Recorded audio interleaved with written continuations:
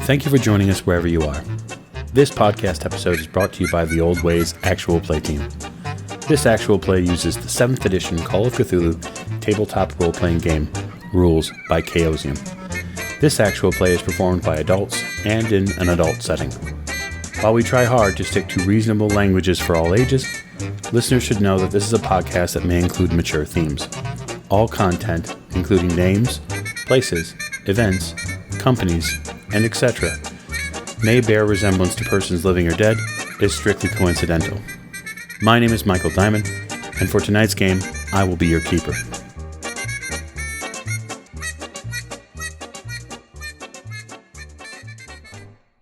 Okay. So, as we lift the curtain on tonight, we will do what we normally do, which is introductions will start to my right, just to let us know who you are and who you're playing, and we'll go from there. This is Lonnie. I'll be playing Lawrence Edward Oliver Forsyth, civil engineer, and current murder suspect, for no reason whatsoever. Oh, there's a reason. There's a reason. To his right. I am Anastasia Edwina Fairchild, otherwise known to my friends as Stasi. I tend to column through numerous well-known Chicago-based magazines, and, well, a few dalliances and a few late-night cha-cha-chas. Yes, I think the last time we saw Stasi, she was recovering from a hangover, right? That's fairly safe to say, considering that's generally her mornings anyway. Right. Common state. Yeah, of course. Bloody Mary, full of vodka, bless her. And you, sir, at the end. Jack Doyle, private dick. Also, murder suspect, and depending on how you define it, actual murderer. Oh, I think we know how we define it, Mr. Doyle. It's not murder if they weren't resisting. They attacked me with self-defense. Keep telling yourself that.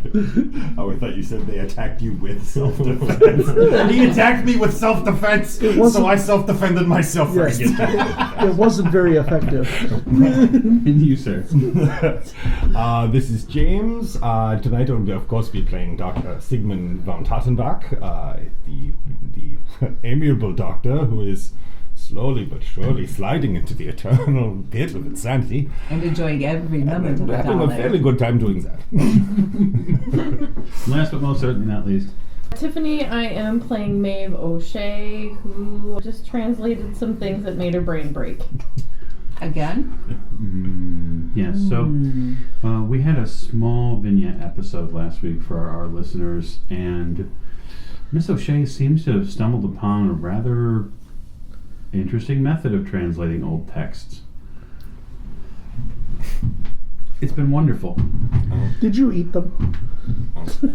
So, She did it by osmosis. We won't tell you where she did it. we are going to begin tonight's session Tuesday, March 27th, 1923. Doctor, some cleanup work had to be done after your patient had an issue there in the back room. You spent most of the balance of Monday afternoon and evening, after you, of course, had told Lily that she could have a little vacation time. You spent most of it with the mop and the bucket, carefully and thoroughly attempting to clean whatever acidic mess and slime your the former orderly had spit up all over your back room. And also hiding the body. Yeah. We hadn't really delved very deeply into what you were going to do with it, but I would like to know at some point what your plan are, so maybe think on that for a moment. Oh, yeah. The rest of the characters, the rest of the investigators that were probably stopped back to their regular houses and or apartments and got a night's rest. Shower. Long shower, bath, whatever. I don't care if it was a garden hose. It had to come off. Ew. I know what you were doing, Miss O'Shea. I'm aware. Oh, do you have a letter there? Yeah, I do. Okay. That's interesting. I didn't know if it came Tuesday or if this is coming. It actually came. When you find it is Tuesday morning, but it must have come Monday. You were a little bit busy Monday, so maybe you didn't recognize it right away. I guess the question then is, Mr. Forsyth, Mr. Doyle, where are you spending your Tuesday morning? When you wake up with kind of everything still semi-fresh of what happened with the orderly today, well, what's your plan for the day? Let's refresh my memory. Somebody was supposed to get in touch with me. Yes, you have a call out. You have a call out in hopes of getting in touch with a man named Jackson Elias. Yes. Jackson Elias is, as far as you know, someone who might be a scholar or some sort of writer. He's supposed to assist you and Miss O'Shea with maybe figuring out some things. All right. Well, I don't want to be too far away from the phone. Mm-hmm. So I will spend most of my day in the office. You had requested him call you there? Or was it Miss O'Shea's that you had him? No, it would have been my place. Okay. Or was it the doctor's? It might have been the doctor's. It may have been the doctor's. Right, so then I will be going to the doctor's. Okay. Mr. Forsyth? Is quite at loose ends, actually. I don't have any current business engagements, of course, because of the current unpleasantness. And at the moment, I'm kind of waiting to hear more information from the more involved members of our little club. Okay. And it's much too early in the day to start drinking, however much I'd like to. Oh, don't never say never. I have no idea of what you speak. I'm sure you don't, madam. And you're not there anyways. That is- If you are there, this is a very definite situation. Okay. For both of us. Doctor's mopping the back room and whistling a jaunty tune. Something bold and Bavarian. So not a sea shanty. Not so much. Okay. You're stopping over to the... Doctor's office. Okay. Continue. Well, first I go to the office to make sure I don't have any messages or mail or... Not as of yet. Okay, then I'll go to the doctor's office. Okay. Hey, Doc. Good morning, Mr. Doyle. Any coffee? Of course, there's a pot on the stove. Great. Feel free. Mr. Doyle, Yes. actually, will you pour me a cup, please, while we talk? Sure thing. Irish? Of course. German, but... Just a side note. When you taste the coffee, Mm-hmm. Mr. Doyle, you can tell if there's a difference between the way the doctor makes the coffee and the way Lily makes the coffee. My coffee's shit. Lily not here today? I gave Lily a few days off. She needed to recuperate. Her sensibilities are, while strong, not perhaps dedicated to this. Yeah, it's been a rough weekend for everyone. Indeed. It has been something of a doozy. So, what'd you have to say? We need to get rid of the gentleman caller in the back room. Oh, yeah, well, I was thinking about that. I thought maybe we could just get a bottle, dump him in the alley somewhere. Coppers think he got a batch of bad hooch or something. A noble plan. This would definitely work, but unfortunately, he has been vivisected a bit. So you cut him up? A small amount. I needed to find out how he was capable of holding and spitting that large amount of whatever that was. So what'd you find? Well, what you found was actually curious. So the human body is actually pretty well packed with all sorts of fun little organs, but it appears that his body had reconstituted part of his liver into some different type of gland. And that's really what tripped you off to it first. Ping, ping, ping. Tap a glass jar. This used to be a human liver. Used to be? I don't know what it is now. might as well call it the Tattenback for all I know. It's completely new. The thing is that the organ now has, when you vivisected, when you remove the organ itself, one of the reasons why you removed it is because it had totally different exit paths now. It had 2 different exit paths from the liver. Ones that did not include going anywhere near the intestines. It's as if it became a repository for whatever fluid he eventually vomited up. Akin to a venom sac? Pretty close. This is where the bile comes from. I'm going to call it bile, for lack of a better term. Goo seems unprofessional. This is, I believe, where it comes from. And humans don't have it ordinarily. So, how would a human get this? Mail order? You won a As raffle. good as mine, Mr. Boyd. All I can guess is perhaps there's a bloodborne pathogen via the exposure in the slaughter yards. I don't know. So you're telling me some disease turned this guy's liver into a venom sac? Well, in so many words, sure. For lack of a better thing. I don't even know where to go with this. More? Yes, please. You wake up, you attend to what you need to do as far as your particulars in the morning, Miss O'Shea, and then you find said letter. How far away is Arkham? It's definitely East Coast. So Okay. it's Massachusetts-ish. Right. By what you remember. I guess I'm gonna give them a call. Arkham? Mm-hmm. Okay. So you pick up the receiver on your phone and you tap the handle a few times to get the operator. And the operator says, "Operator."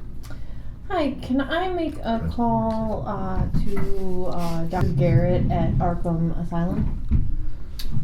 Dr. Garrett. Arkham Asylum. Do you know city, state? It's in Massachusetts. Long distance, hon. Yeah. Okay. So it'll probably take me about an hour or so to make the call. Okay. And if you just, you'll be right here? Yeah. Okay. Just sit tight. And you hang up. Yep. And I'll make breakfast and You do some things yes. early in the morning. Your phone eventually does ring back. And you pick it up and you hear kind of some strange clicking noises on the other end of the phone. So that's gonna go through. Mm-hmm. Arkham Asylum. Hi, is Dr. Garrett available? No, Dr. Garrett is not available. May I ask who's calling? Maeve O'Shea. I'm calling on behalf of Leah. I see. I don't expect the doctor in today, maybe tomorrow. Can I take a message for him? Can you have him give me a call in regards to my mother Sure, as soon as he is in? of course. Does the doctor have your information? I don't know if he has the correct information right now, but I will relay it to you in case. You give him the information. He takes it down. You can hear him and hear the shuffling of paper. Thank you, Miss O'Shea. We'll be Thank in you. touch. Where to? I'm gonna go to the university. Okay. The Okay. University of Chicago? Oh, I know where you're going. Yeah. Yes. Okay. Are you going to a certain someone's office? Yes. Okay. If he's in, he might be in class. I get that. So. You do your best to wander the halls a little bit, at least back towards his building. You get all the way back to where Dr. James Pierce's office is. You round the corner, you approach his door, and there is no name on the door. Okay. Does it look like... So he's cleaned up the outside of it, too? No, he said he was going on vacation, right? He did. Okay. Are you well, Doctor? That would be fine. Can I... Is his office locked? You could try the handle. Yeah, I'm going to. It looks like it's open. I'll open it. I'll at least check on his cat. You open the door to find what looks like an empty storehouse. There isn't a shelf, a book, a desk, a chair. It's all been cleaned out. In a matter of, what, 12 hours? Yeah, more or less. Excellent. That doesn't make me, Okay, this one is also in Massachusetts too, right? Yes. As far as you are aware, Mr. Cross is in Massachusetts. He went to school here locally. That's how you know him. And then he did his residency and then his graduate studies there. Mm-hmm. Okay. Is there anything in this building that... Well, yeah, I mean, there are classrooms. Well, There are teachers' offices and... Well, where his was, it was mostly empty, right? Mostly empty, yep. So the 5 or 6, if we remember from the vignette, 5 or 6 offices around there were empty as well. Right. And he was kind of tucked away in the back. Okay. Yep. Not even a bowl for the cat's milk. I'm gonna go home. Okay, you go home. I don't want to be here anymore. Right. I don't understand. Mr. Forsyth, where does your day take you?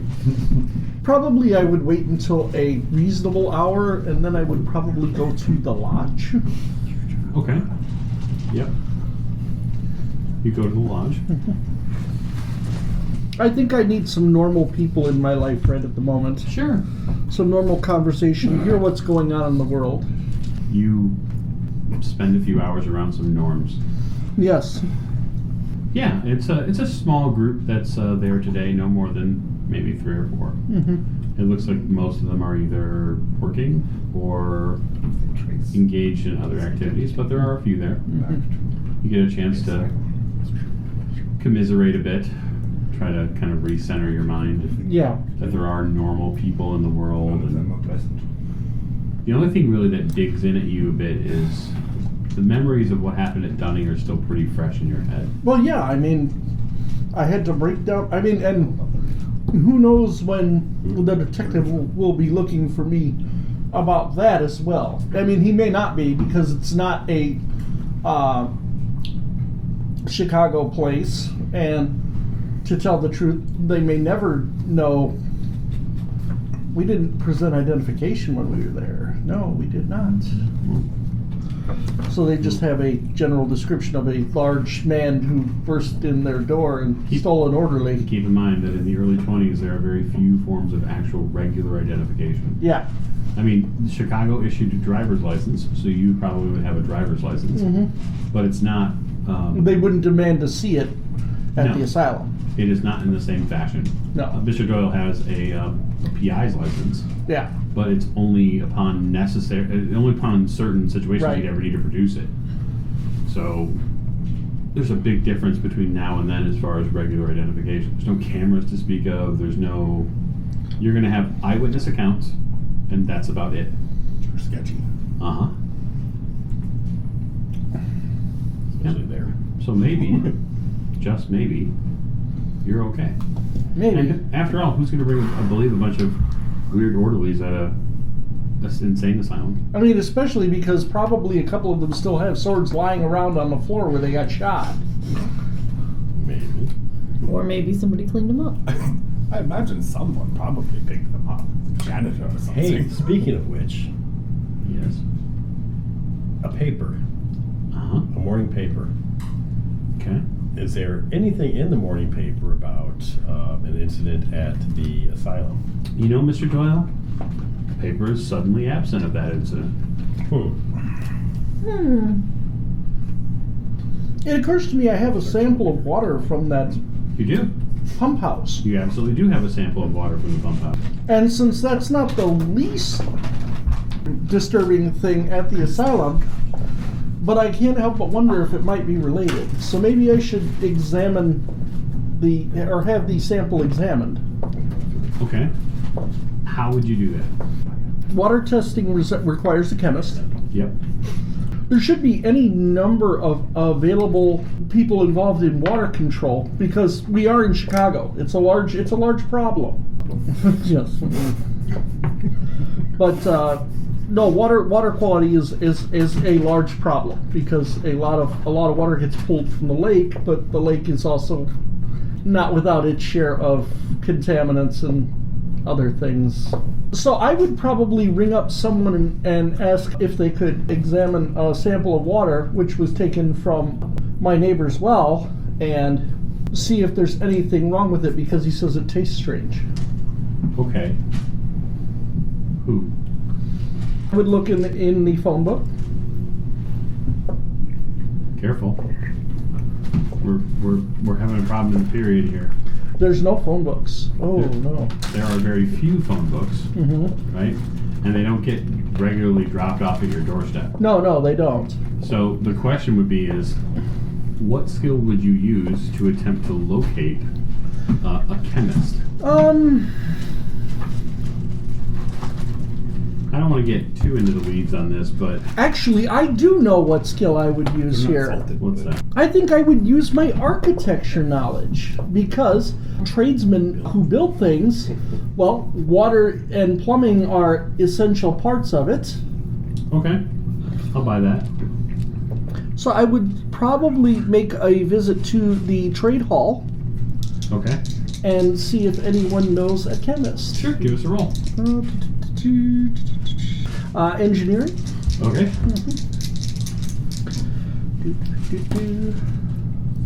That is an 4 oh wow, out of 51. well done. Okay, so that's an extreme success.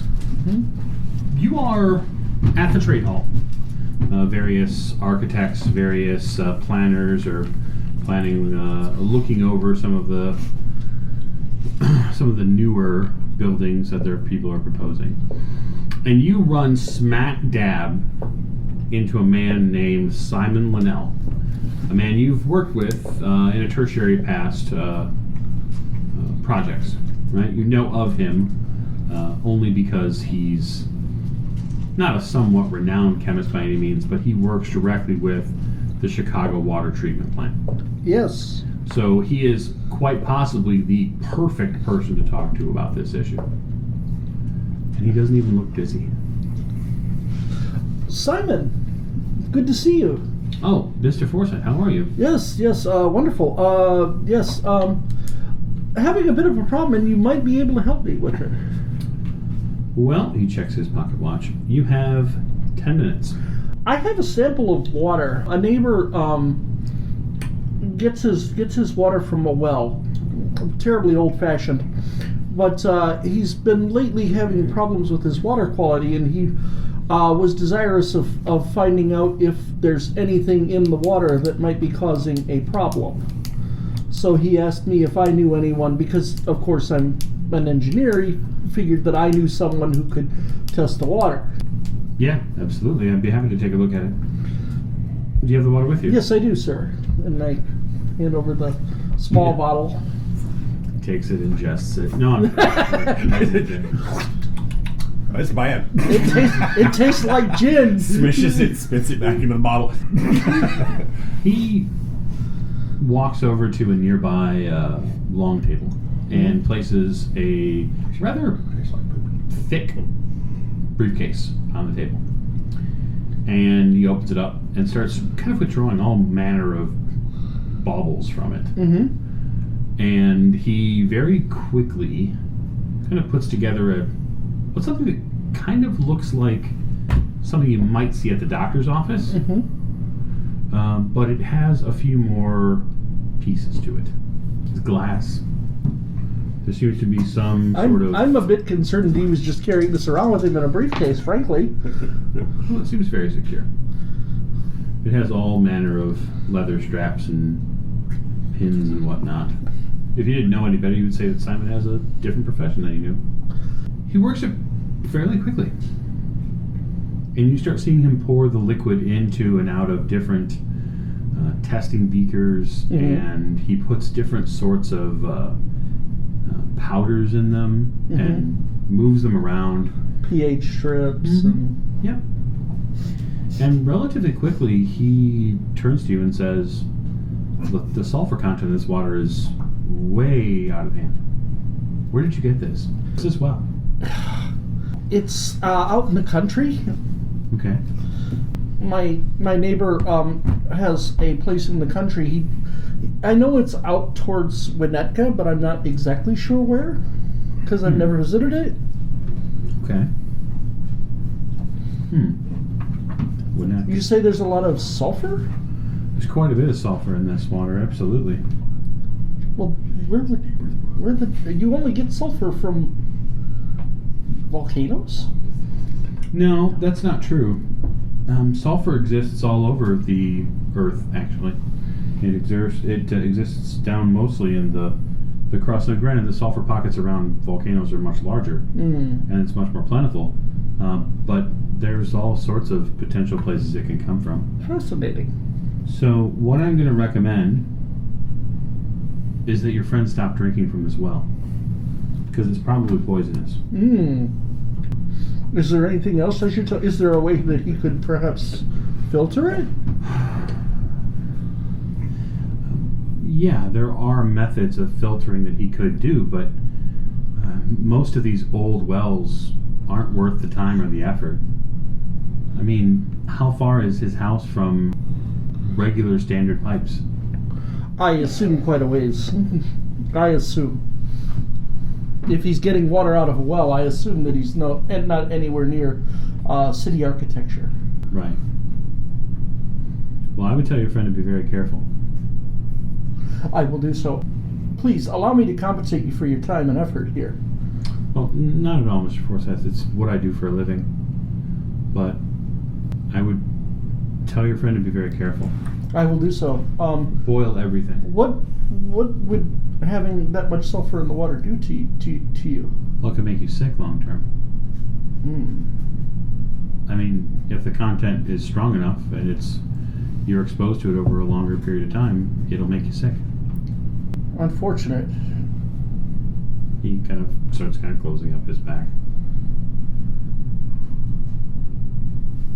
Thank you, Mr. Lovell. You've been masterful help. You're welcome, sir. And I will take off for the doctor's office. Okay. Miss Stasi, what are you up to? Well, after my morning coffee and a little the hair of the dog that bit me. That damn dog keeps biting you. I know. Eating a whole dog this week.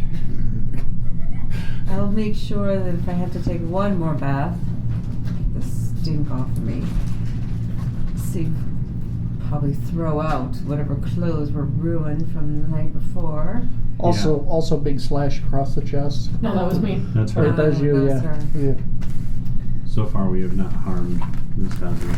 I do believe I have a column that I must finish, so unless I hear otherwise, I will make my way over to my desk and start trying to decide how to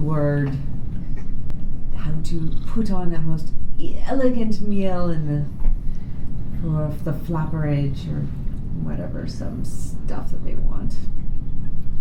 You begin piecing together hopefully what's going to help sustain you financially. Yeah, that and my darling out in California. Right. Yeah.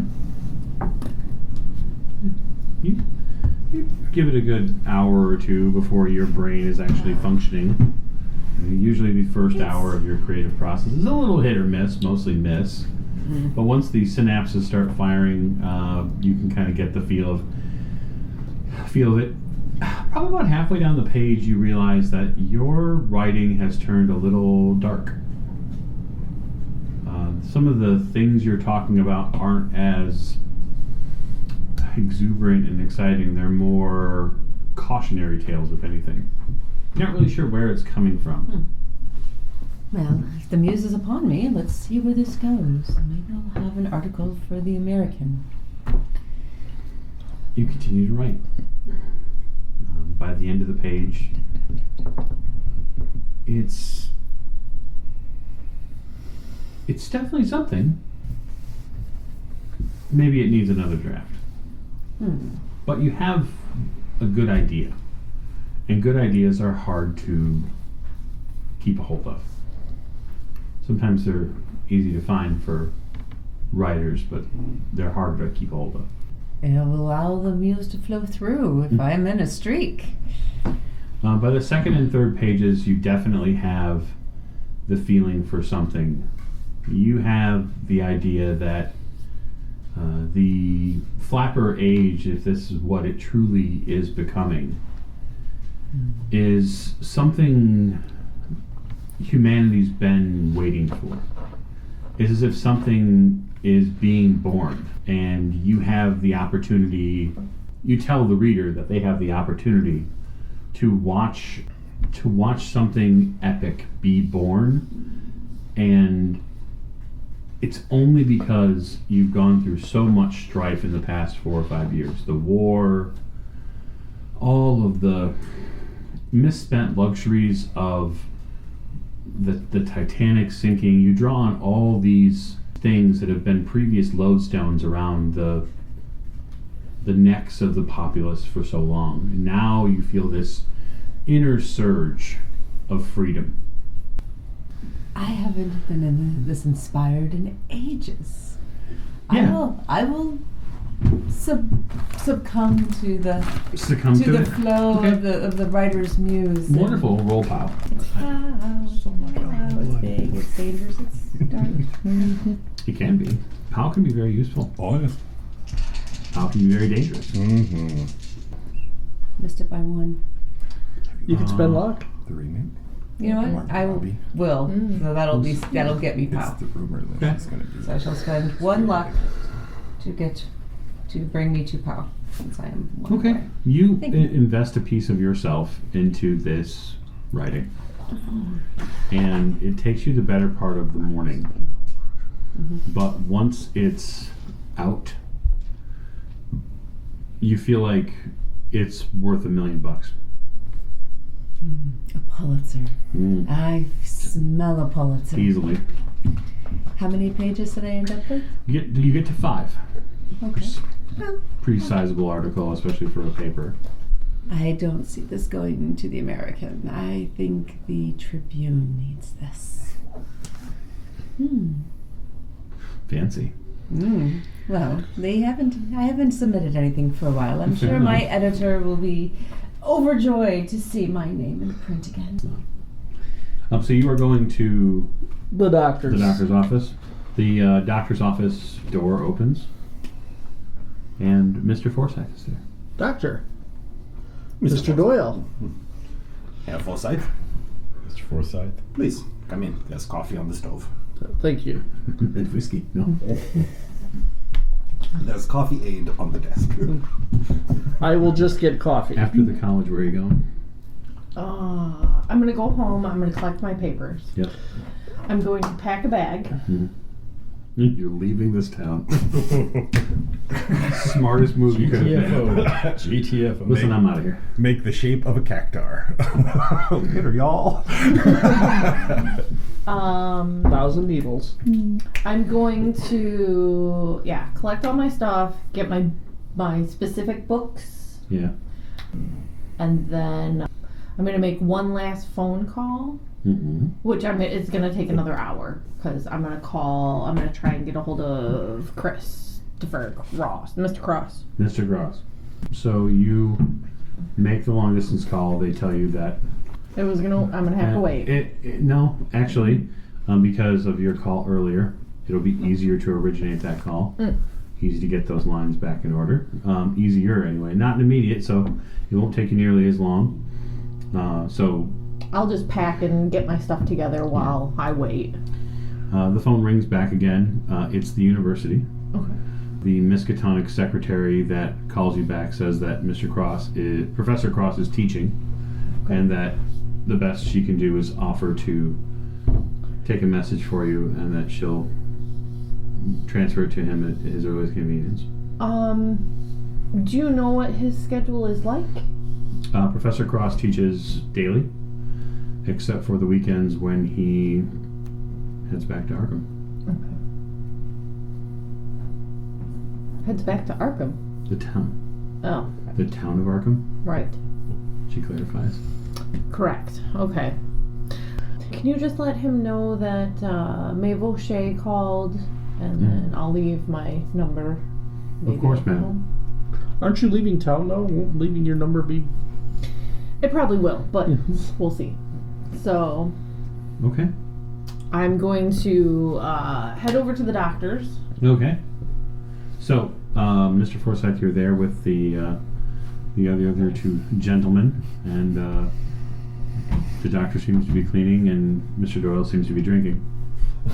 I'm drinking coffee, Right. Oh, right. Coffee. Sorry. reading the paper. Or the lack of stories in the paper. Mopping. You're mopping. Consistently mopping the back room. Still.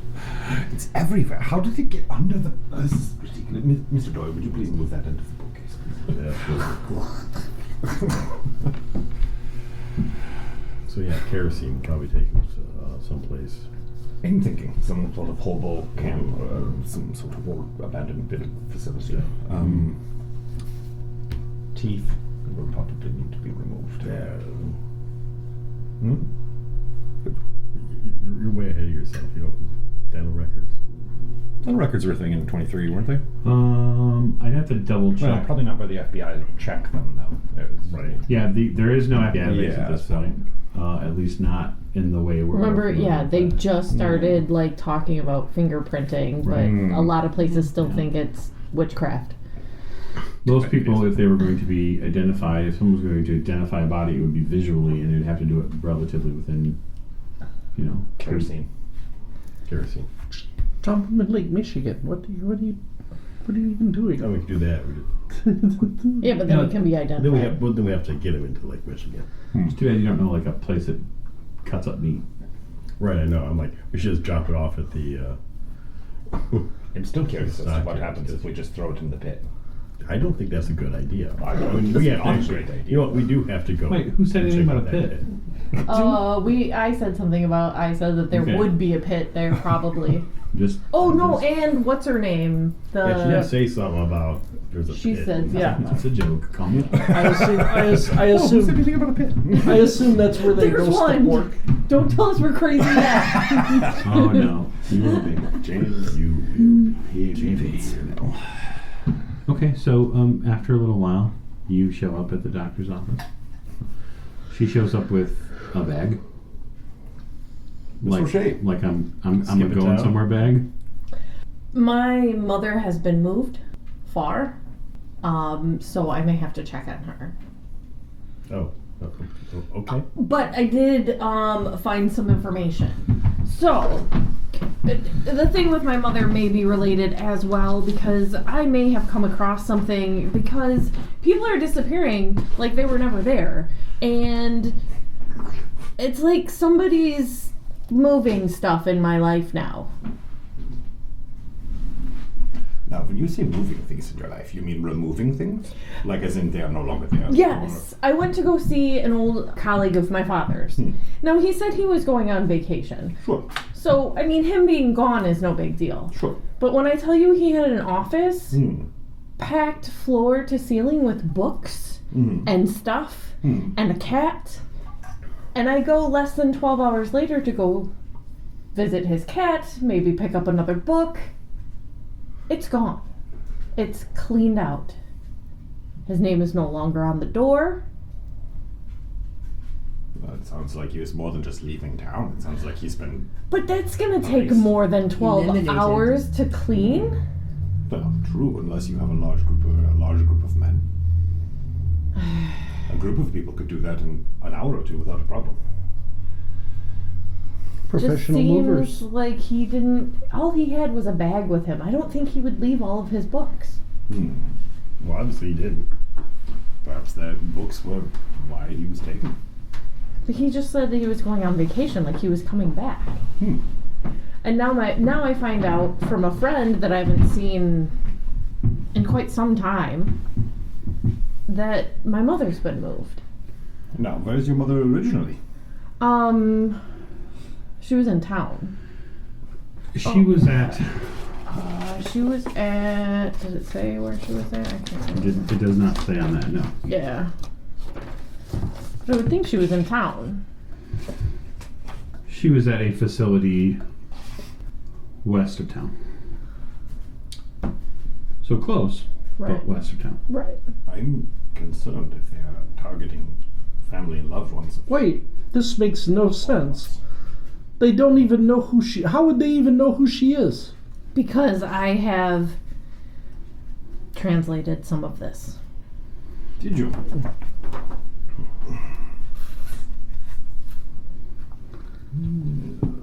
I also found a similar story that happened. So remember how I told you about the story about the snake and the guy, there's an old native story that if he basically worshipped the snake creature that the snakes would leave him alone, whatever. There is also, I found a similar story at a later time from explorers in Ohio, but same story, different people. Same snake. Same snake, same story. Ohio. And I also found a picture. Oh, I'm going to pull out the book that I had with that one. Okay, you pull out the book. With Quetzalcoatl with the different colors. Yes, it's an older book. Ooh. But his scales he's brown and gold instead of being multicolored. But you could be Sassy. What are you doing after you write your article? Well, I'm sure I feel a burden lifted off of my shoulders. Absolutely. I suppose I should check in with the gang and see where we stand. So I shall call the doctor's office. Okay, the doctor's phone rings. If you're all right, Dr. Freaking Lieber. Dr. Tattenbach's office. Lily speaking. Darling, Dr. T. I see you've managed to survive. How are we? Well, I'm fine. Miss Doyle is here. Mr. Forsyth is here. Miss O'Shea is here. She has some multiple layers of disturbing news. It's like a disturbing news cake. I'm beginning to feel a little, left out. Then by all means, come, spread the joy. Enjoy. I don't know. Is all of that slime? Yes, gone? 100% cleaned up. All gone. And by all no means. trace left? I'm sure that will be. I'm sorry I can't hear you, but we'll see when you get here. Goodbye. Oh well. I'm going to go to Why not? All right. So I hail a cab Wrap it up. Yeah. Indeed. and head to the doctor's office. All right, we'll redline your travel. Let me just clarify It's easier. that my mother had a hard time after my father disappeared. So she is in a specialist facility. Well, I am concerned about your mother, especially if they are targeting friends and loved ones of us. However, Well, I don't know, but I mean, I can't understand why he would suddenly know. First of all, he knows my mother's been moved. I was not contacted. I have nothing against you going and checking. In fact, I think you should, Fräulein, but I perhaps think maybe you should not do it alone. The last time we went to a hospital to check on something, it did not go as well. Right. So let me clarify a couple of things. The record you have, right, given the dates, Yeah. it is totally new and completely new information for you for Maeve. What it shows is a record of your mother receiving psychiatric treatment while you were a kid. Yeah. I noticed the dates. And this is stuff you were not aware of. And you were not aware of your mother being prescribed Valium and laudanum. You had no idea. And you don't really remember a lot of the stuff that they're So talking how many years though before my father disappeared? That's what I meant to ask you before. Well, your father's been gone for about 4 years now. Okay. So he disappeared in about in and around 1919 is when he disappears. Okay. So it's at that point that you are more familiar with the side of the story where your mother was placed in a hospital. Right. What is troubling as far as this goes is a couple of things, but one of the biggest things that's troubling is that your mother was moved at evidently quite a while ago. And nobody told me. And no one notified you that she was being moved across the country to receive some sort of specialized care. That she'd been remanded to Arkham. So. Yeah, but I was trying to keep it short and sweet for them. Sure, absolutely. A few minutes later, Miss Dottie arrives. Okay. And they're getting called together. By all means, please come in. It does smell nicer in here. At least I can be in the room. Is there a petrol station nearby? Sure. All right, I'm going to hot-foot it down to the petrol station. Okay. I'm going to pick up a can of kerosene. Yeah, no problem. Wonderful. Done. Wonderful. And I bring it back. You do so. Once you're done taking care of what you need to take care of, can I talk to, like, doctors, advice? Oh, absolutely. Oh, I thought I'd fill you all in after reading the paper this morning. There wasn't a single word about the incident at the hospital yesterday in the paper. Shocking. Thank goodness for small favors. So, not surprising. That's actually, I don't think, a good thing.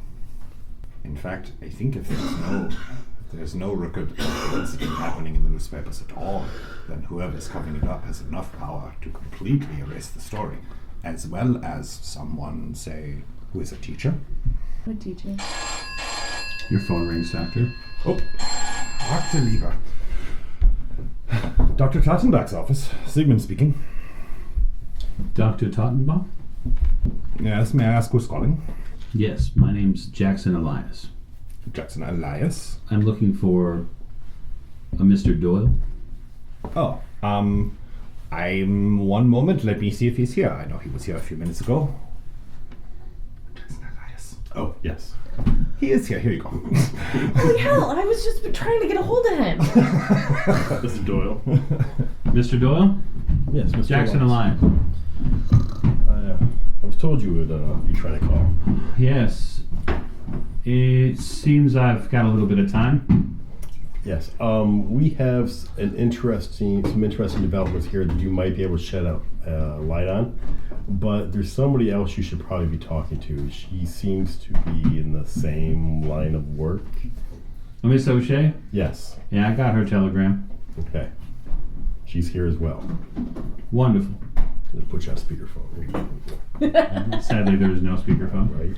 Although, this is a candlestick phone he has, so it would be possible for more than one person to potentially listen in at the same time. Just because old school traditional phones, there's a big bullhorn and, hello? Hi, Mr. Elias. Great to hear from you. Yes, I did. I must admit I was a bit surprised to get a telegram, but the folks at the publishing house do try to keep me informed when I'm in town. Well, I was trying to exhaust all avenues. I didn't know how busy you would be. Oh, I am very busy, but Ramsey's recommended that I get in touch with Mr. Doyle, and you understand, I tend to take my lawyer's recommendations fairly seriously. Well, we seem to have had something that is taking place here that cross-references with an incident that you wrote in Master of the Dark Arts. I see. Masters of the Black Arts. Now, you understand, of course, that these the events that I wrote about are obviously strictly open to interpretation. Yes. and that at the time I was not presenting them as, well, you have to understand, Miss O'Shea, was a bit of a skeptic. Some of my more recent travels have made me question a few things, but I do understand, as someone who does a fair bit of research on the occult, that there are some rather strange individuals, and they may be involved in very strange things, some of which is very difficult to explain.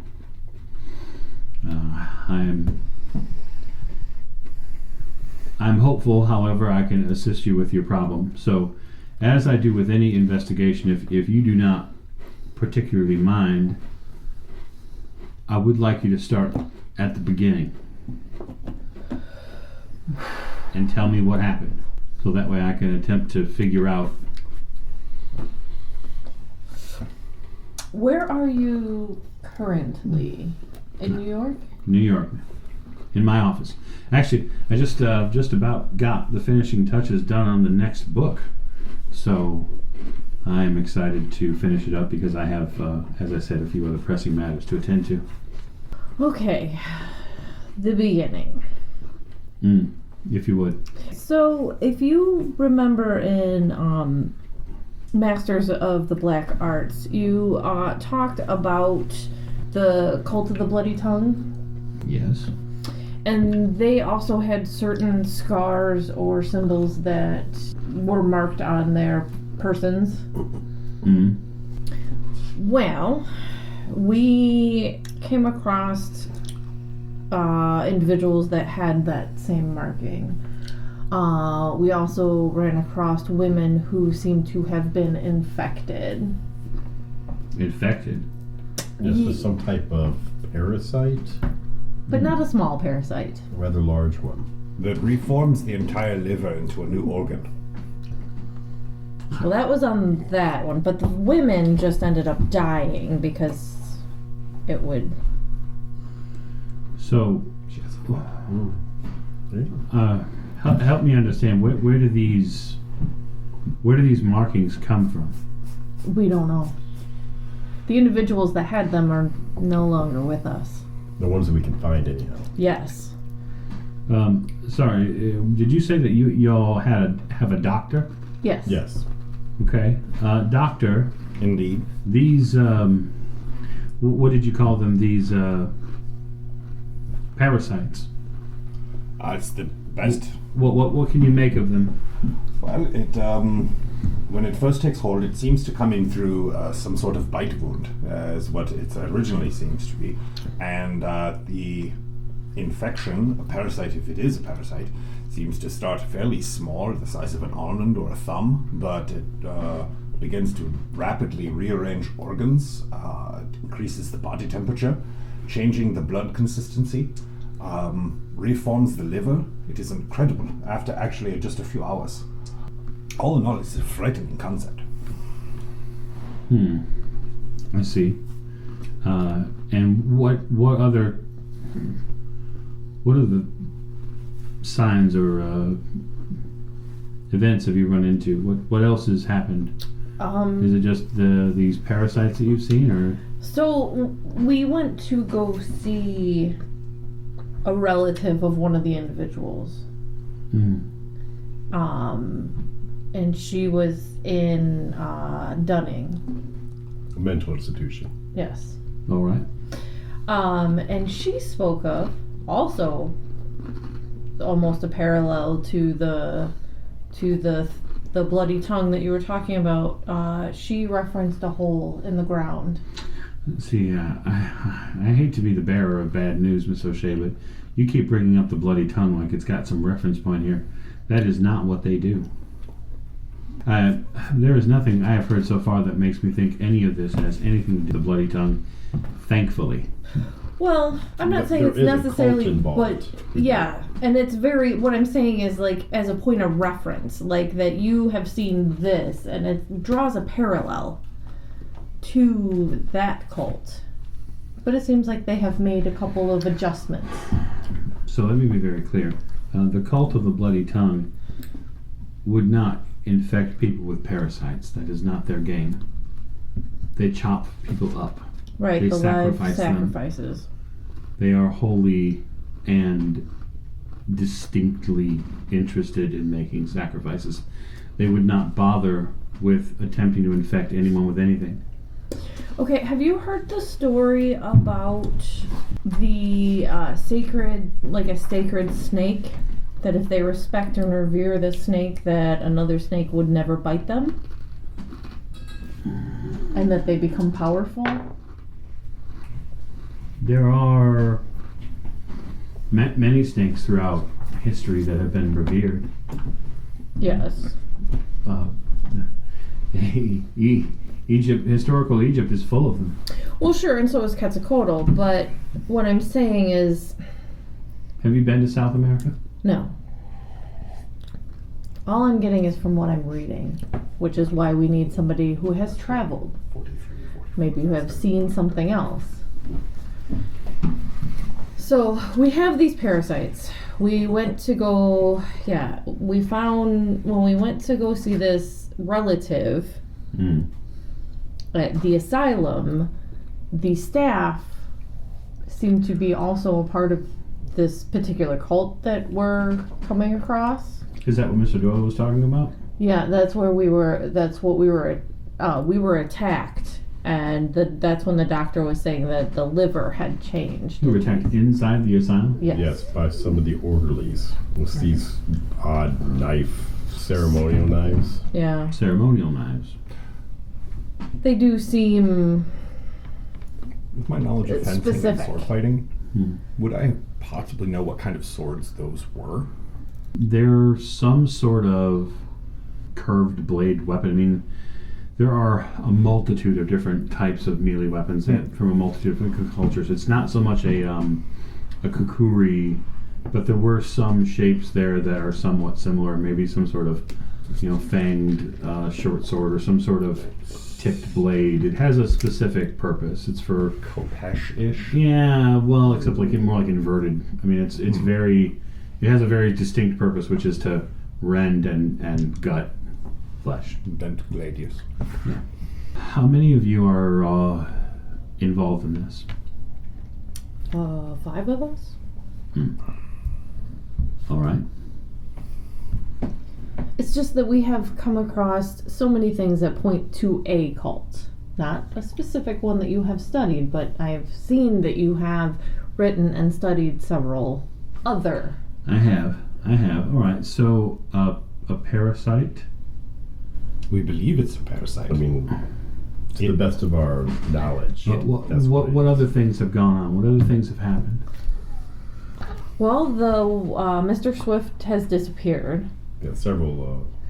but we found. Who's Swift? He owns a meatpacking plant. Or Pretty runs much it. everybody goes back to this meatpacking. Yeah, we believe that's where the hole in the ground is. This pit. Hole in the ground. Yeah, or a pit. Oh, that's an idea. We gotta go to that pit. But we found a chant in another language. We have found drawings with writing on them that I haven't been able to decipher yet. Well, this chant. What have you made anything of it, or is it just unintelligible? Or No, I have. The thing is I've been advised not to read it aloud. That's rather ominous. Yes. I also don't think it's a good idea. I would trust your instincts. Perhaps a summary? Well, it also speaks of a snake that is golden brown. A snake that is gold and brown. You hear him kind of repeat the words a few different times. And there are several South American darker deities that deal with. This one is an actual snake that we found is like an actual snake, like a pit viper in the Great Lakes area. I mean, if you want me to say his name, I can. Don't know. Last time I said it, it was real weird. I don't believe it'll attack me over the phone. Maybe not you. then I would say leave it to your best judgment. If you look it up, it's in the Texas Omaha area. It's a Mesoamerican snake that they named it. I don't know if I'll have the time to look it up, Miss O'Shea. So why don't you just level with me and tell me what it is? You're asking me to give you direction, and I'm willing to help. Massassauga. Good lord, it's just a word. Massassauga. Sorry, it was tough to hear it. I apologize, Doctor. I don't know if that was German or English. I don't either. I don't think it's either. So Doctor is correct. It is Massassauga. I spell it. No, he gets a roll based on the actual word being said. You don't feel or hear anything strange like last time. Okay. I have heard of a group, but they're nowhere near Chicago. Closer to me than they are of you. I heard of a group, must have been, I don't know, mid-1800s. There was a family in Massachusetts here that was supposedly involved with something like that. You say Massachusetts? Yeah, the state. Yeah, but how long ago? 70 or so years. Curious. Just before the war. Both of them. I don't exactly know what it points back to, but what it sounds like is that something is going on in that city. Mm-hmm. And it's not good. Mm-mm. And so you have really two choices. Either you walk away and you keep an eye out behind your back, or you figure out where it comes from and you deal with it. I'm not about to tell you to go put your lives in danger, but I went through a pretty harrowing experience a few years ago where I was forced to put my life on the line, but I'm here for now. I mean, if you become the type of person that deals with this sort of thing, you're kind of in an exclusive club. We're all friends. I mean, I can look in my books and maybe I can find something for you all to key off of, but it sounds like you're fairly hip deep in it. Yeah, I had some good information from a doctor friend of mine that worked at the University of Chicago. There's power in books.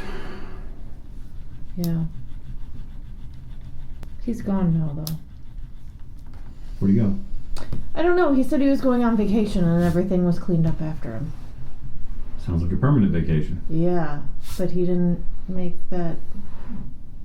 He didn't make it seem like it was going to be that long.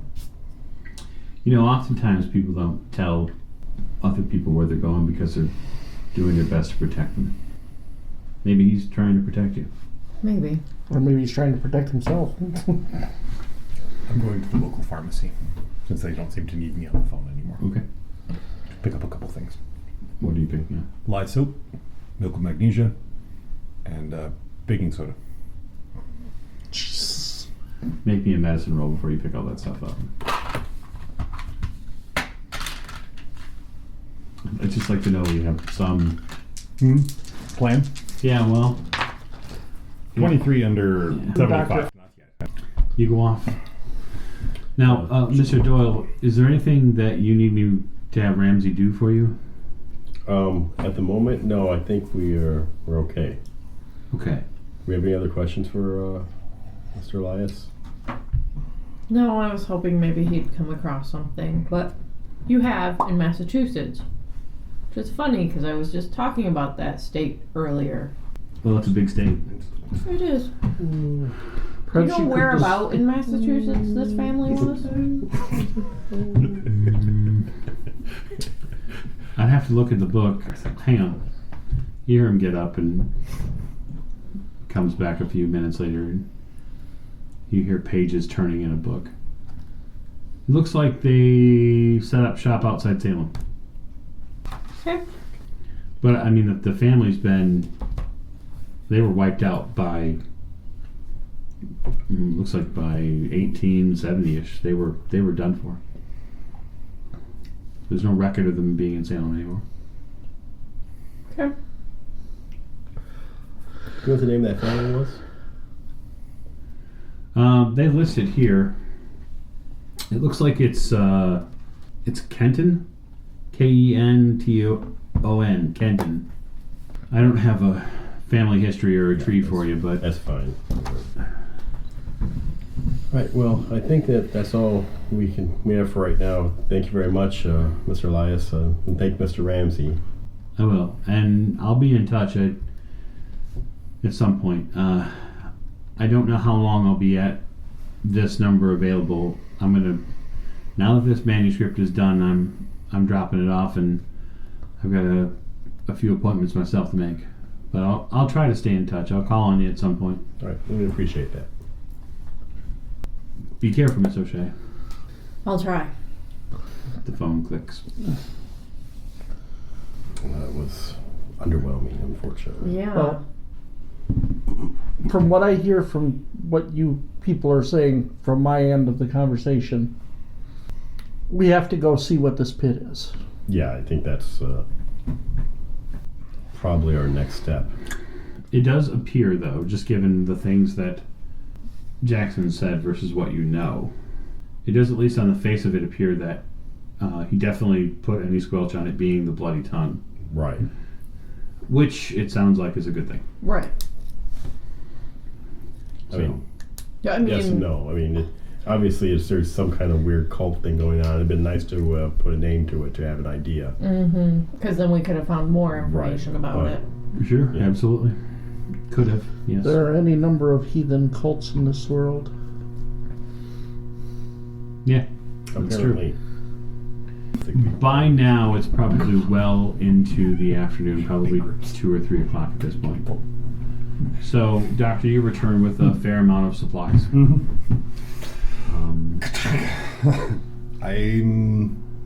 Have we figured out what we're doing?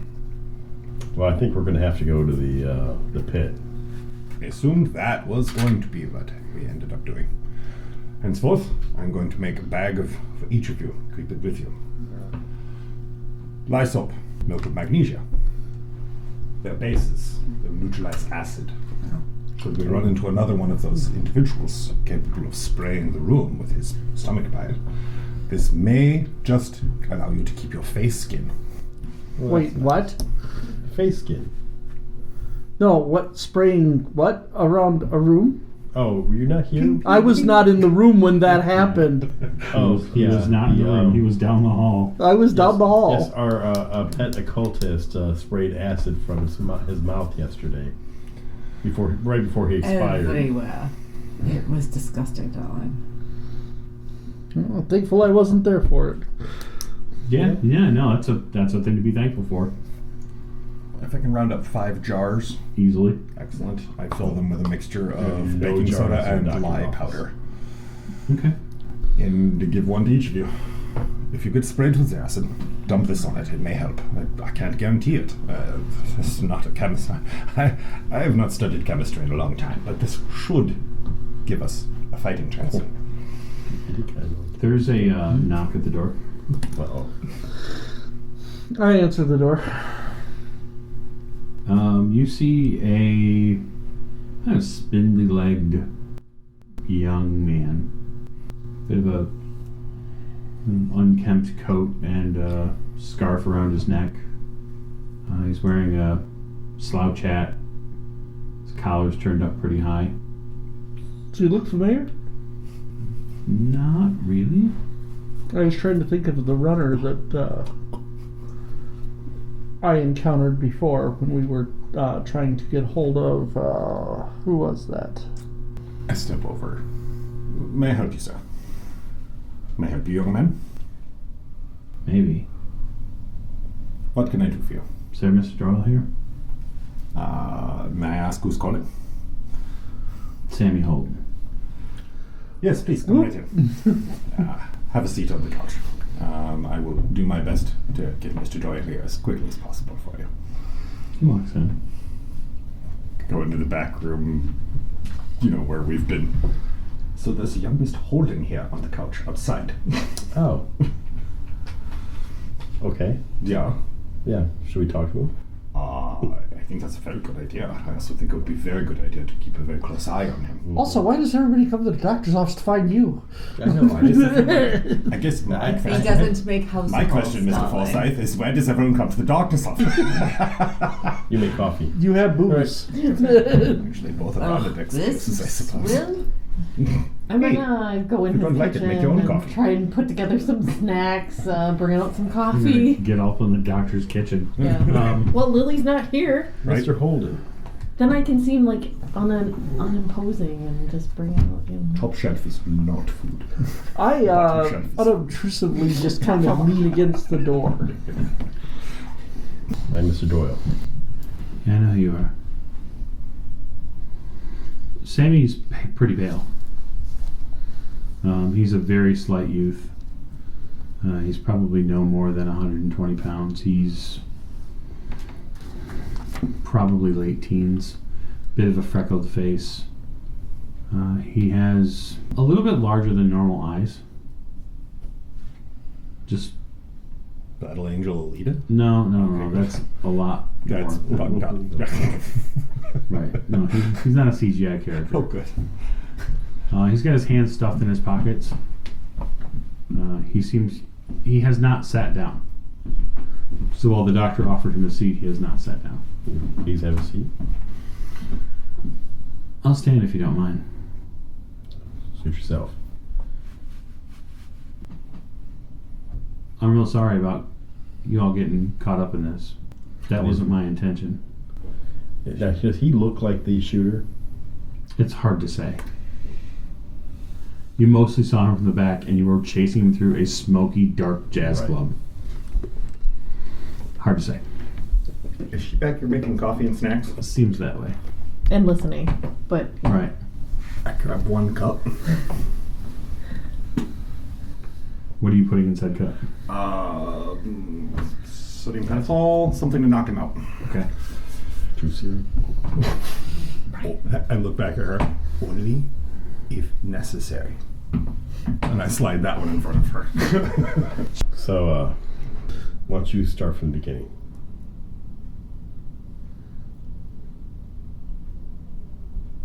We've seen some things, and we'd like to have a few questions answered. He rubs his face a little bit. Dad spent the better part of a few years working for the Swifts on account of the pay. The packing company pays pretty well, especially when you're good with books like my dad was.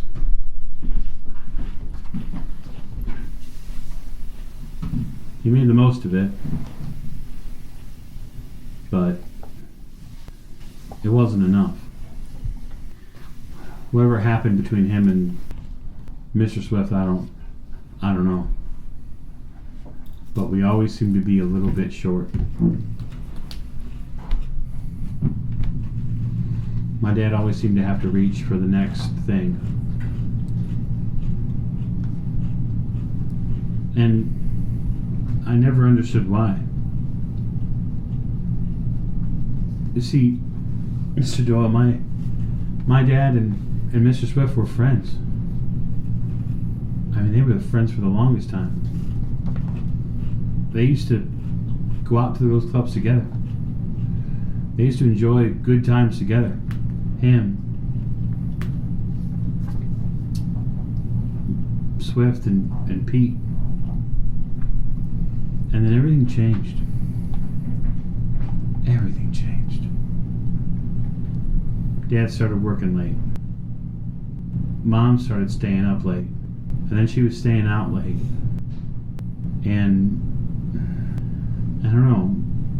Dad got mad one day and he came home and said that he was never stepping foot back in that place again. And then we were trying to find anything else. And it's just like, it seemed, Mr. Doyle, it seemed like every place my dad went to get a different job, he just couldn't get it. And we were talking about being out on the street. And so he swallowed his pride and went back to work for Swift.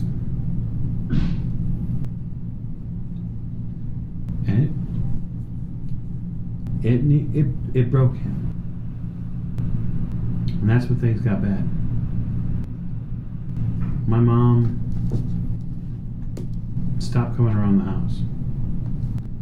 I don't know what happened between her and Mr. Swift, but I know way more than I should.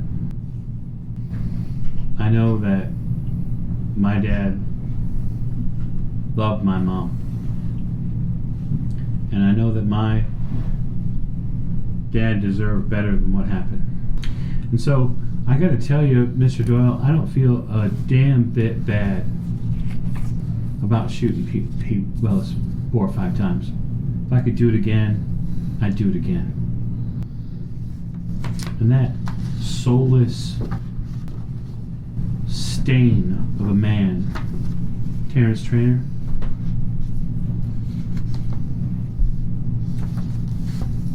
the world is better off without that scum in it, as far as I'm concerned. One thing my dad taught me was that you got to take responsibility for what you do. So that's what I'm here to do. It isn't right that you and your friends are in trouble because of what I did. But it had to be done. Let me ask you a question, just between us. Yeah. Did you kill Mr. Swift too? No. I haven't seen him. Yeah, he seems to be missing. Dad once mentioned that he had a place on Michigan Avenue. Yeah, he's not there either. I don't know. When my mom talked about him, she always held him in this weird regard. It was like the worse my dad would cuss him, the more my mother liked him. It doesn't make any sense.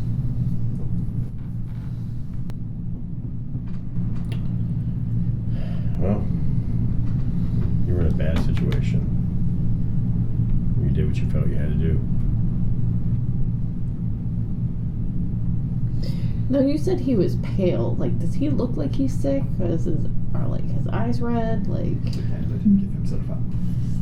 No, Alright. is he pale just because he's like a thin, sickly kind of kid, or does he look like he's like actually like sick? He's missing. We have to be framed. hang on one second, Tiff. Sorry. Hey, question, gentlemen. Where's that conversation happening at? This conversation? I'm standing right there. Okay, just asking. Oh yeah. I'm not being loud about it or anything. Wait. I'm not trying to hide it from No, Sammy. I'm just Wait, asking. what are you saying? Because Sammy's going to hear whatever you say. Right. Wait, what are you saying? Literally, we cannot let him. I'll say it again. We cannot let him turn himself in. I believe that to be an advantage if they believe that he is missing. Wait, stop. I understand that, for some people it may seem advantageous to not have a murder charge hanging over their heads here at the table. Can we agree with that? Some of us would like to get back to our lives.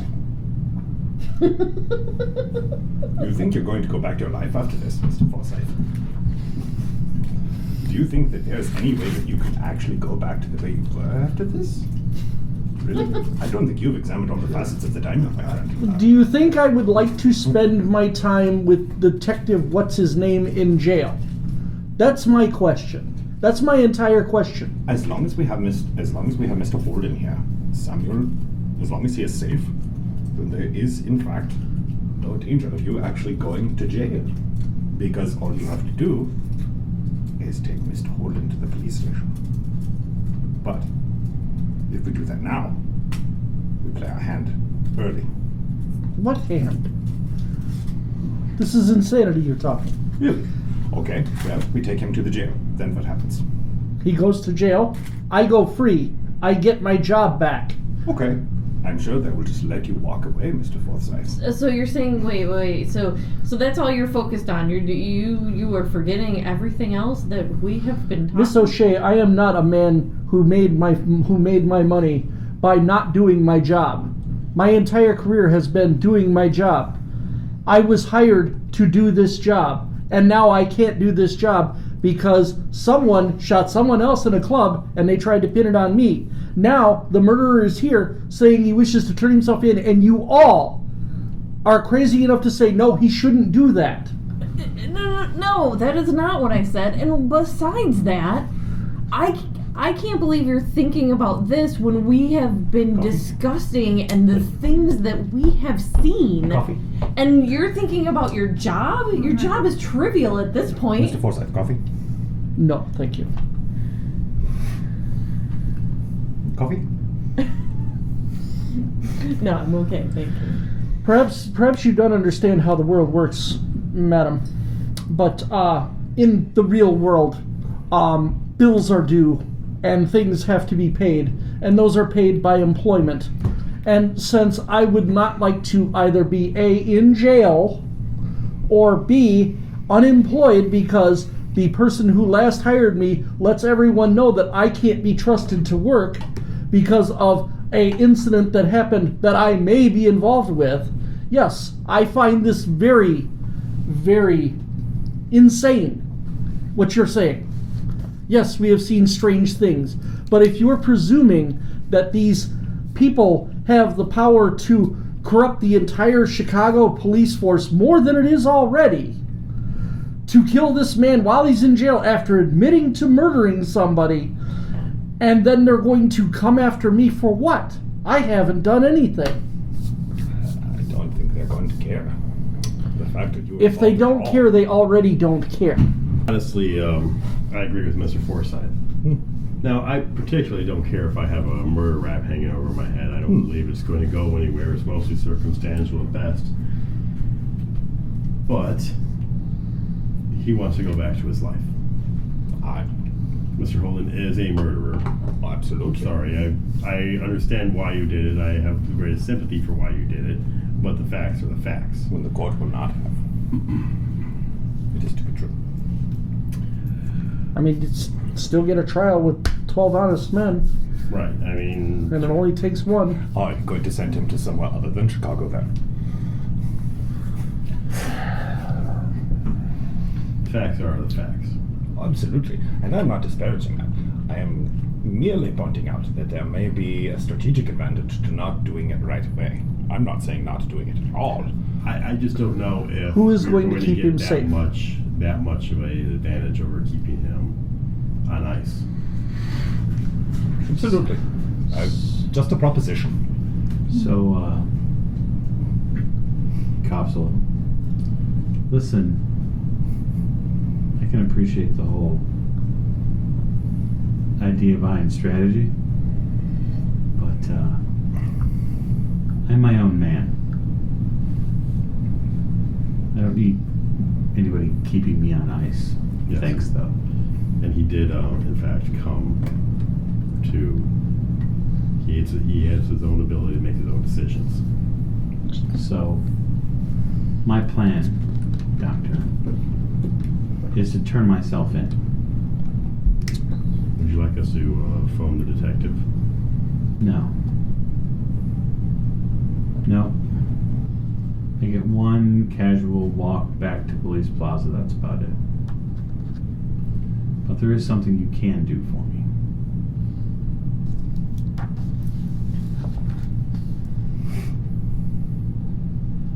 My mother spent the better part of her last days in fits of raving madness because of what had been done to her by Jonathan Swift. Whatever's going on at that packing plant, Mr. Forsyth, has to end. Has to. And if I'm going up the river for the rest of my life for a double murder, I want to know that somebody stepped up and did what I couldn't. Otherwise, you'll have to think about it for the rest of your lives. Because if you think it's over, it's not over. It's a fair point. That was the point I was trying to make.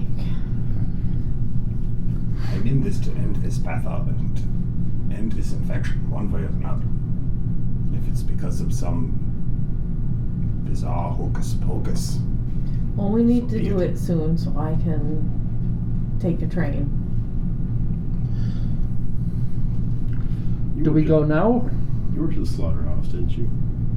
Yeah, for about a year. Yeah. Do you know what happened to the burned out area from that fire last winter? Yeah. Yeah,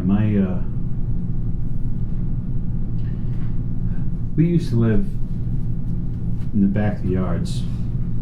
Place was called Lake Town for a long time, but once the meatpacking place kept getting bigger and bigger, it just became known as back of the yards. I mean, you've been to the house. Right. If you were to step outside the back door of our old house, it stares directly at that section of burned out place. Now, at night, my mother would sit with the windowsill open, and how she stood the smell, I have no idea. But she would wait and watch for this lantern light from that building. And she would walk through this little path through the gate in the yards from our house to that building.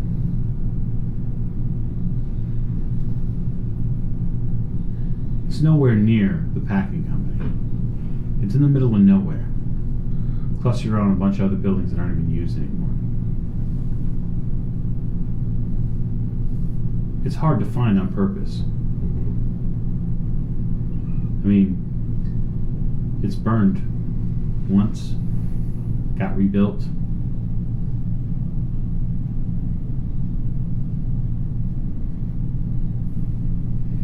That's where you gotta go.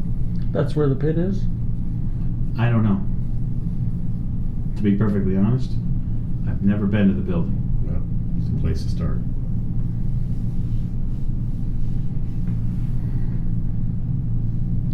You say there's a path through the fence, no guards, or is there no fence? Or Well, the stockyards doesn't have guards per se, it just has workers. There's a path through the fence, through the back of the yards. You could take, and you could get over through there. And it's not too difficult, but you'd probably have to go at night, just so that way no one was watching. There's less workers at night. yeah, I mean, maybe you have to deal with a group of people moving cattle up for the next, the next slaughter. But way safer than trying to go during the day. You'll be seen in a minute.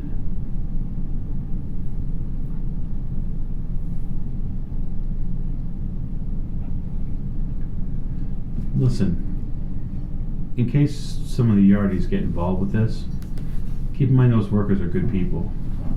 They probably have no idea what's going on. Try to keep them out of it. And if this stuff is as nasty as it looks, I don't think we want it in Chicago's food, right? Right. Or the country's food. Feed back into the world. That's what we do. You know any yardies used to hang out with Miss Mallory? Miss Mallory? Yeah. Mallory. The only Mallory I know is Patrick Mallory. Yeah. Good dame. Good looking dame. Dressed real nice. Doesn't ring a bell, honestly. I appreciate your time. Appreciate yours. Good luck. Yeah. Your mother talked about you last time we talked to her. Probably grits his teeth pretty hard. You went and saw her at Dunning? Yes. Yeah. I never made it out there. I couldn't imagine seeing him in that place. Best not to. Good luck. Go take care of this. He steps around and heads the doorway, and I open the door for him. he hits the street. And if you watch, it does not take him very long to slip in with the regular old looking crowd around this place. It's about 4 o'clock. We have a few hours to prepare. Yeah. I have some things I need to talk to you about. By all means. Do you need to speak privately? Yes. It's March. I would right? like to, It is March, The sun will go down, what, 6 something? probably. if I'm going to be wandering around a meatpacking plant after dark with who knows what there, I'll need some gear from my house. What can I speak to you? What do you need, Miss Ocean? So I wanted to talk to you about my mother. Sure. Apparently, my mother had been moved to Arkham a while ago. Before I found her. Before, I was never told that she has been moved. Indeed, someone stepped in and moved her for you. Right. Disturbing. When I'm the last relative. Yeah. Okay. Now my school friend got a hold of me. No, he went to school out there to his studies. He teaches out there now. And apparently he lives in Arkham. But why he would pull records?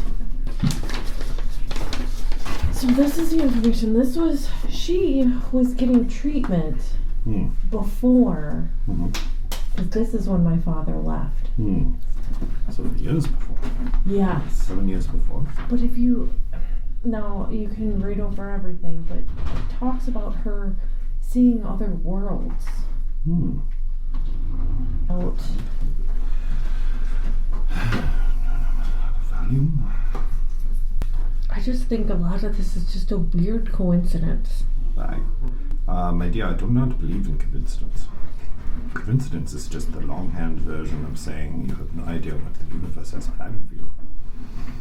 And more than a little disturbing, the fact that anyone was able to move her without your say-so. Right. Well, I'll tell you what, Miss O'Shea. Being a doctor and your friend, when this is all over, I will escort you, if you would like, to Massachusetts, if necessary, and we will examine your mother. But, not to say that your mother is not important, but we have... No, I mean, this is Great. imminently important, but I wanted you to be aware of the situation in case anything else. happens. Yes. Keep me up to date. If anything else does happen, please tell me. And, as I said, the moment we get this all taken care of, I will be happy to assist you. We will travel there. Well, can I keep my bag here in case I'm ever in a situation where I can't go home? Of course. Put it in that cabinet, okay? Okay. I have a go bag here. Was that what that is? Okay. Well, now it wasn't. I was gonna leave, but we're gonna take care of this things. I'm headed out the door. Does anyone need a ride? Or as I go home? We should think about Does anyone need a ride to your home? having dinner as well. Sir, this is not that kind of engagement.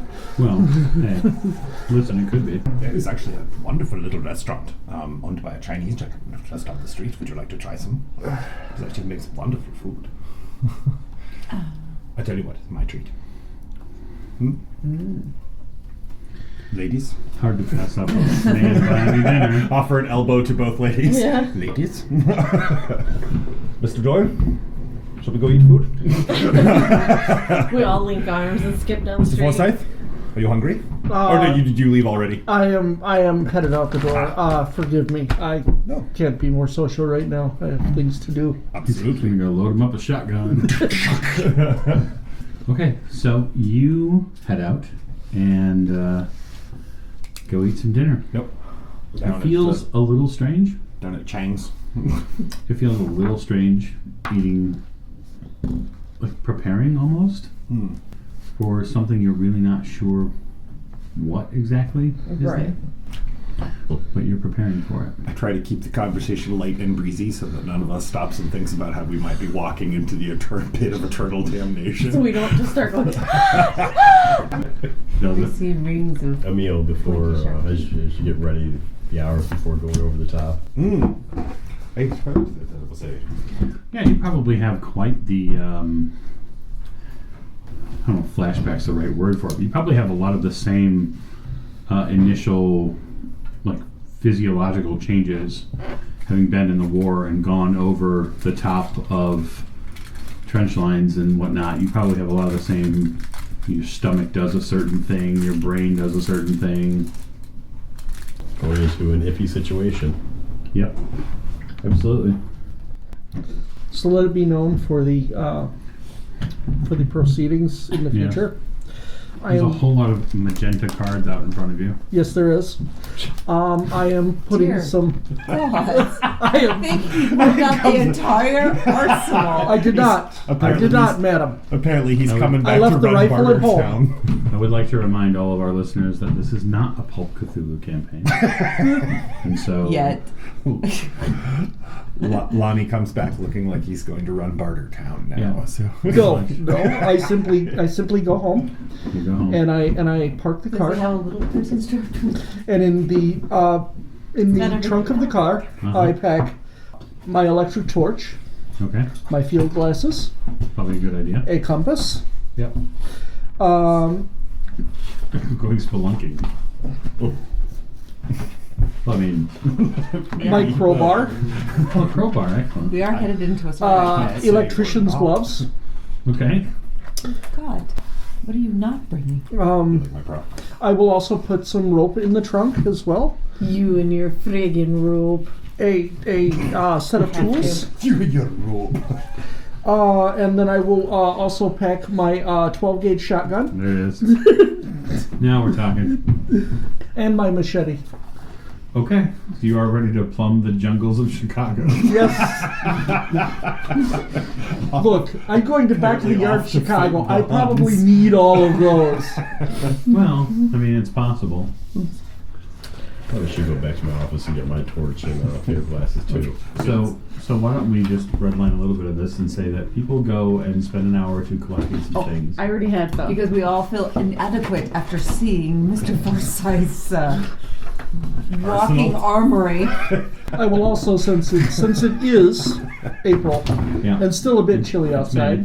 It's March. Not April. It is March, yes. It is close to March. April. It's close to April, but it's still a bit nippy outside. Mm-hmm. I believe a long jacket similar to the one I wore in the war is essential here. Sure. Except I wasn't in the war. I was in the canal zone sweating my ass off. That's right. But I'm sure I have a military style jacket in my You collection. probably have a type of jacket. I don't know if it's a long jacket given it, but you probably have a jacket, yes. Yes. I mean, a reasonably, you know, whether it be a wool outdoorsman jacket or something like that. You've got something. So, anybody else gathering their things? Oh, yes. Yes. Okay. So, I had my things. right. We'll say that you reconvene at the doctor's at around 6:30. That's giving everybody time to get food and to gather their things. Is anyone bringing something with them that I need to be aware of? No, I'm leaving my shotgun at home. Oh, are you? Yeah. You have your sword, cane, and what else, sir? I also have. I'm digging it out of the box. Oh, are you? Yes. Well, most of what I have could actually be kept in my purse. So. Mine too. It's been years since I've looked directly Might as at well it. bring but it all, I guess. This is scary enough that I'm going to actually bring it out. You probably have some trepidation even handling it Yep. at this point. Yep. I am also packing my brass knuckles, a .38 revolver, and I have a machete and a 12-gauge shotgun in the trunk. Swiss Army Lonnie. I also have a toothpick, and I become forceps. It took us a few sessions to get here, but we're finally here. So the question is then, is that as you all gather up together and get that same sort of grim determination on your face, if you're bringing your car, Mr. Forsyth, where are you going? Otherwise, y'all are on foot, and it's going to look real weird. I am bringing the car. Oh, I don't know. If we can do this in slow motion, I think it'd make a badass picture walking down the streets. I'm trying to think of a reasonably remote enough location where people wouldn't be necessarily investigating a strange car set to the side, and then a group of people equipping for Armageddon. Why don't we just go park in front of the Holden house? I was going to say, how about an empty house? Yeah, the Holden house, but would we want to park out in front of the Holden house? Why not? Yeah, he said we could step out the back door and follow a path. This is true. So, if we are being followed, we're and being somebody followed, somebody has already opened up the house. 1923. It was cold that day. Was it? Yeah. Coat. Pat. Replenishing my doctor's bag with painkillers, antibiotics. Oh, Sure. Speaking of, I'm going to ask you for painkillers. You know, because I'm going to be moving around with the stitches across my chest. I thought you just meant in general. That's very bad for you. But if you need them for a specific purpose, sure. Oh, I thought you were asking him. Any painkillers? Yeah. You know. You head out towards the Holden house. Yes. Doyle, you're giving directions to Mr. Forsyth. How is it looking? Not bad. Kind of make a few adjustments to the route. The nice part about the Holden house is that the back of it is wide open. And so the separation area between the back of the yards and the actual stockyards itself, there's not there's basically a big, flat, kind of underdeveloped portion of piece of land that sits between the two. So directly from the back of the yards, the back of those houses, the lots basically line up with the stockyards. I mean, there are a few things are in and around there, but for the most part, there's a reason why they're called the back of the yards. It also smells here. So the thing that was pretty prevalent at the time was just the odor of being near a meat packing zone. Awful stink. Uh-huh. Yeah. It is unavoidable. Rotten old blood, mud, shit. Yeah. Well, relatively reasonable collection of all that. Yes.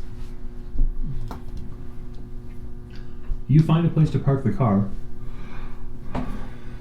Should you so choose, you could actually park the car behind the house. Yes, I will do so. You know that the Holden house, or at least the third floor anyway, is abandoned. There's nobody there. And as long as, Mr. Forsyth, I suppose, takes either the key or the crank lever, it would be very difficult for someone to make off with the vehicle. Yes. So yeah, that's where you sit, behind the Holden house. Gentlemen, ladies, I have some things here in case anybody needs them. What kind of things? My coat, I'm assuming in trench coat fashion, has several pockets on the inside. It's not actually a trench coat. Well, it's not actually a trench coat, but It's a thick, longer than waistcoat, but it's not an actual trench coat. Not widely used anyway. I'm gonna sit at that window, like Sammy was talking about, and Okay. while they're like sorting out whatever they're sorting out, I'm gonna keep an eye out and see if I can see. do any of you not have a Make me a personal spot weapon? hidden roll. I'm fine. Spot Just here with my cane. I am, however, concerned. That is a big old fail. What if we do find something large? As in, how large are you expecting? Like a bear. I don't know, but if there's a pit, there's something in it. It's probably a snake. I'm willing at this point to go out on the limb that there are things that I do not understand. I think we all probably are. It's probably a snake. How big of a snake? As I'm like looking out the window. When you say snake, I immediately think garden snake.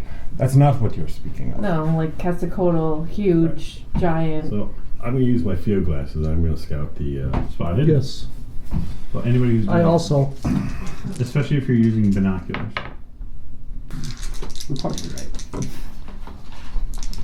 I mean, how insane does it actually sound like? Because, I mean, we've seen things. 26 out of 34. Okay, so you guys are scanning the distance there into the stockyards with binoculars, and you roll over a couple of different buildings with your eyes, just visually in the distance, and you can see, you think anyway, a couple of different buildings that lay in an undeveloped area of the stockyards. It looks like at one point they were going to be buildings near one of the railroad crossings, but it looks like they just never got fully built. You didn't get a chance to get a hand on any pictures from the fire, at least from the news report that was made on it. But you didn't have any associated pictures, so you can't tell if that's them. But they are, in a relatively out of the way area, and there's no stockyard pens near there. The only thing that runs near there at all is, in anywhere shape or close, is railroad lines. And so there aren't people milling about those buildings at all. So should we wait for the lantern, or you think the lantern's not going to show up if Mrs. Fulton's not here? I don't know. That's what I'm sitting here trying to figure out. Like, looking for the lantern. Did she have a signal that she would use? What did you say? He said that she just looked out the window waiting for that lantern to show up. Which is what I'm doing. I doubt the lantern would be showing up if it was for her. Well, However, but was it for her? It might be just somebody going there and she wanted to be there too. Right. Then we wait. I'm not going to wait all night, though. Okay, so I don't think waiting is the correct thing to do here.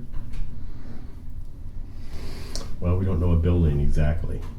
It's probably one of those buildings, but we don't know which one exactly where that. That is true. And it would be even worse than waiting all night for a lantern to show up. Going out there and showing up at the same time whenever these guys and whoever else is going out there shows up. Fair enough. Yeah, because if they show up first, at least maybe we can get an idea of how many people are there, what's there, before we actually walk into it. Then again, for all we know, maybe there's not even anything going on Right. tonight. Yeah. So are you going to just watch the area for a while, or Lonnie, are you thinking something else, or if there's a group decision to come to, let me know. Would the view from the street be unobstructed, or would we want to be upstairs to see? But now that you think about it, Sammy's story that he said that his mom used to sit at the windowsill and look for the light. Just based on your architectural knowledge, you would know that her elevation would be different than what you have here on the ground. Yeah, so We'll go upstairs. yeah, we'll go upstairs. Right. Somebody's already opened the house to casual visitors. Yeah, Mr. Doyle has paid a visit here before. I don't know what you're talking about. I've never done anything like that. There's a plaque ever. there's a plaque on the door that says this lock was picked by Jack Elias. you've got to stop leaving those. That is terrible. So the group heads in Hey, you know this is relatively. the first day this weekend. I haven't committed a felony yet. There's still time. Yet. I'm going to wait till after midnight. Yeah, you make your way inside the Holden house, up the stairway to the third floor. You find the house just the same as you left it before, Mr. Doyle. So there's the main room here has been you don't know if ransacked, but it looks like there's some sort of altercation happened here. So there's a broken chair. There's a couple of tipped over pieces of furniture. There's a record player. There's it looks like at one point there was a mirror on the wall. It's shattered down in the corner. But if you're kind of moving through the house, you'll eventually get to the kitchen, which is kind of nearby where the back stairwell is. Mm-hmm. And you can look out the window. And if you're going to look out that window, 2 people can look out probably at the same time. If you'd like to retake your spot, hidden rolls, you can do that. Yeah, I guess we'll look first, and then Give everyone a chance to stare. no, even worse. Nope. Okay.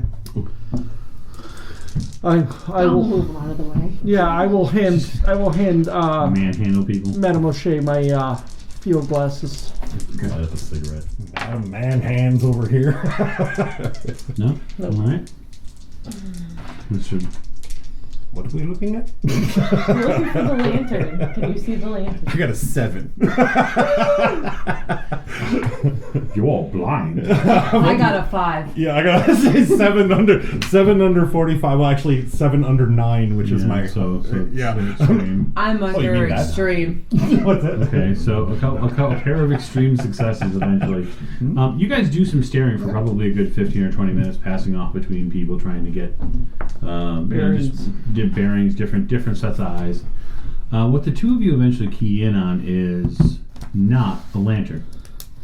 What you key in on, at least initially, is a building that has one side of it that has burn marks on it. And it looks like a good 90% or so of this building has been rebuilt, and maybe there might be a building that's been built on top of it. But you find the burn mark on the side of that building, and then as your kind of field glasses go down a little bit, you see just the ever so slight glint of orange light. Do you see that? I do. Right there. Yeah. Mr. Doyle. Yeah. Right. There. No. Left. There. Laser pointer. After he points it out to you, it's a little easier to see what he's getting at. But it's definitely worth Something is a not right look. about that. If you both building. haven't checked your spot hidden boxes, you probably should. Yeah. I repeat my question: is anyone here lacking a personal weapon? No. I don't Pull out a think so. dagger. That's No, I am well prepared.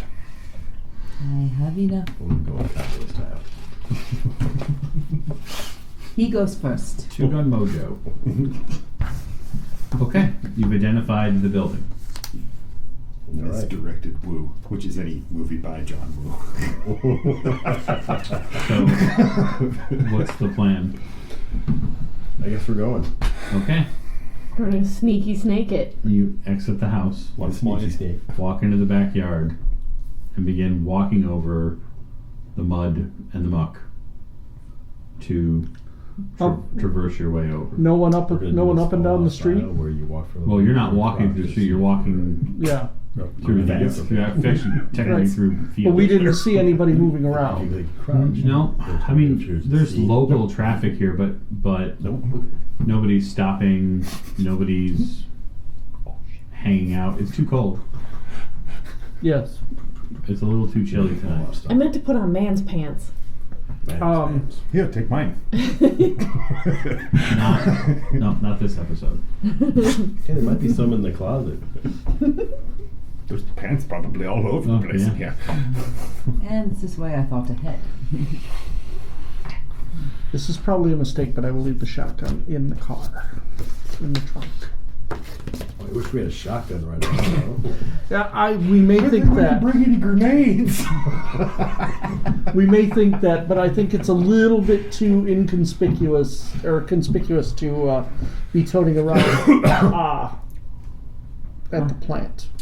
My lovely flame Just a legal footnote here, just Yeah. so you kind of put this on a page here, just kind of remember it. Carrying around a shotgun isn't technically illegal.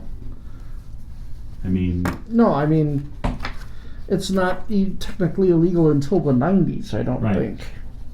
Right, but you just don't carry around a shotgun Yeah. in stockyards in general. That's what he's Well, no, I will carry the shotgun anyways because I'm a paranoid asshole. No, it's, okay. he goes to put it back in his car, and you guys see him double think it. No. So, the mud and the muck, and a long walk towards something awful. Sounds about right. Yep. And that's where we draw the curtain tonight. Anybody else smell that? It all smells awful. Sorry.